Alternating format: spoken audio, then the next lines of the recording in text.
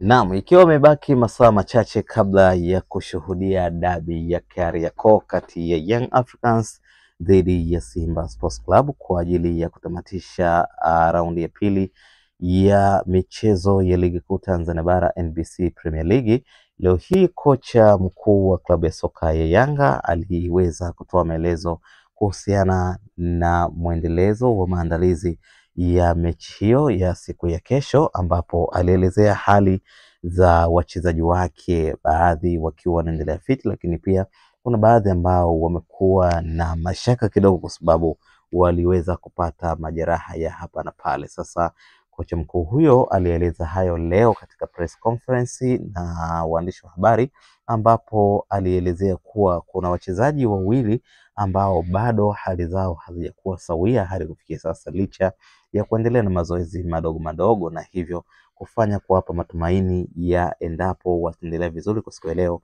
basi kesho inawezekana wakatumika katika mechi hiyo dhidi ya Simba Sports Club, ama wataikosa kutokana na ripoti za daktari zitakazotolewa siku ya kesho. Sasa mwalimu alielezea kwa moja ya wachezaji hao ni pamoja na Pacome Zouzoua, profesa wa mpira huyo kutoka kule nchini Ivory Coast, ambaye alipata majeraha kidogo kipindi cha mazoezi wakati wakiwa wanajiandaa pia kukabiliana na Simba Sports Club. Kwa hiyo katika mazoezi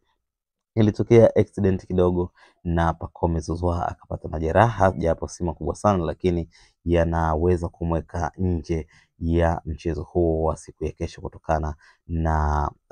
kupata majeraha hayo. Lakini pia mwingine ambaye amemgusia ni pamoja na mchezaji Prince Dokapelo Dube kutoka kule nchini Zimbabwe, ambaye yeye aliweza kupata majeraha ya nyama za paja, na hivyo ameweza kupata operation ndogo kwa ajili ya kumweka sawa, na ataendelea kusalia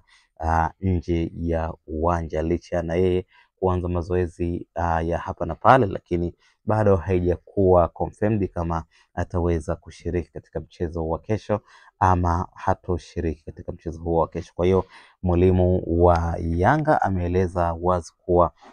mashabiki wa timu hiyo waweze kuwa na matumaini makubwa